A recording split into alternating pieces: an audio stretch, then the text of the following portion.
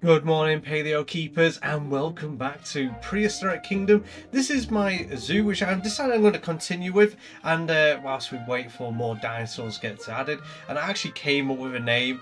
I was just going to call it Prehistoric Park, because I was going with those themes, but I decided to call it Newa Zoo. I really like the idea of it.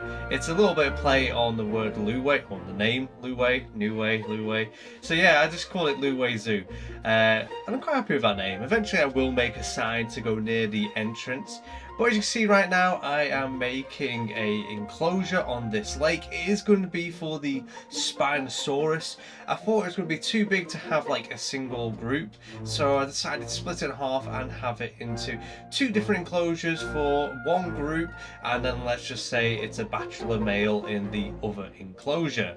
Now in the future, I'm kind of hoping that we do get another Spinosaurid, and I'll probably take that bachelor male out and place it in there instead, or even better if we get a prehistoric crocodile like Deinosuchus, which we saw in Prehistoric Park.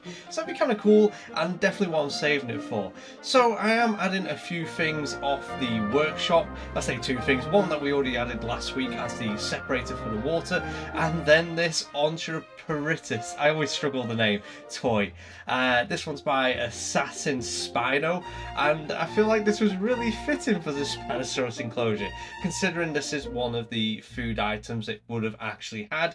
Having it as a toy or piece of enrichment in the enclosure is kind of cool. I know it doesn't use it, but nevertheless it's there and looks ace. So I did put all the fence all the way around, and I did spare you from having to watch that, because that was even a very tedious task for me and took a while of like moving bushes out the way and things like this. So I didn't want to put you through that, so I did just like clip that bit out, so you just saw the main part. We used and borrowed basically everything from the last enclosure near enough. We took the fence because I really do like that fence, and I feel like I should stick to at least like 3 of the same fences, and I sort of judged the lineup size of it, and it feels like it would keep it in there. As well, we took the gates because I really like that. I was quite happy with the gate I made.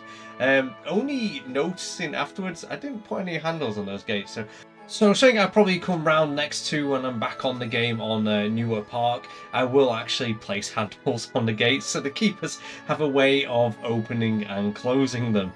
So I added a few different bits of enrichment, feeding places. I made this very simple like shading shelter for them. I had the idea I wanted to build a house for them, but then it'd be very big, and I just don't think it would go with the aesthetic of the park that I'm trying to achieve here. If I had like a big warehouse style house for them, essentially, I feel like it would be kind of odd, and definitely something I didn't see in Prehistoric Park, so I sort of went against it, and I thought it kind of feels more like this park if I do the shelters like sunshades in a sense. And it's a nice tropical warm environment. It's not going to get cold winds, so I feel like they would be a-okay.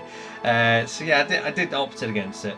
Anyways, I hope you've enjoyed this, and thank you for watching. Until next time, I'll see you later.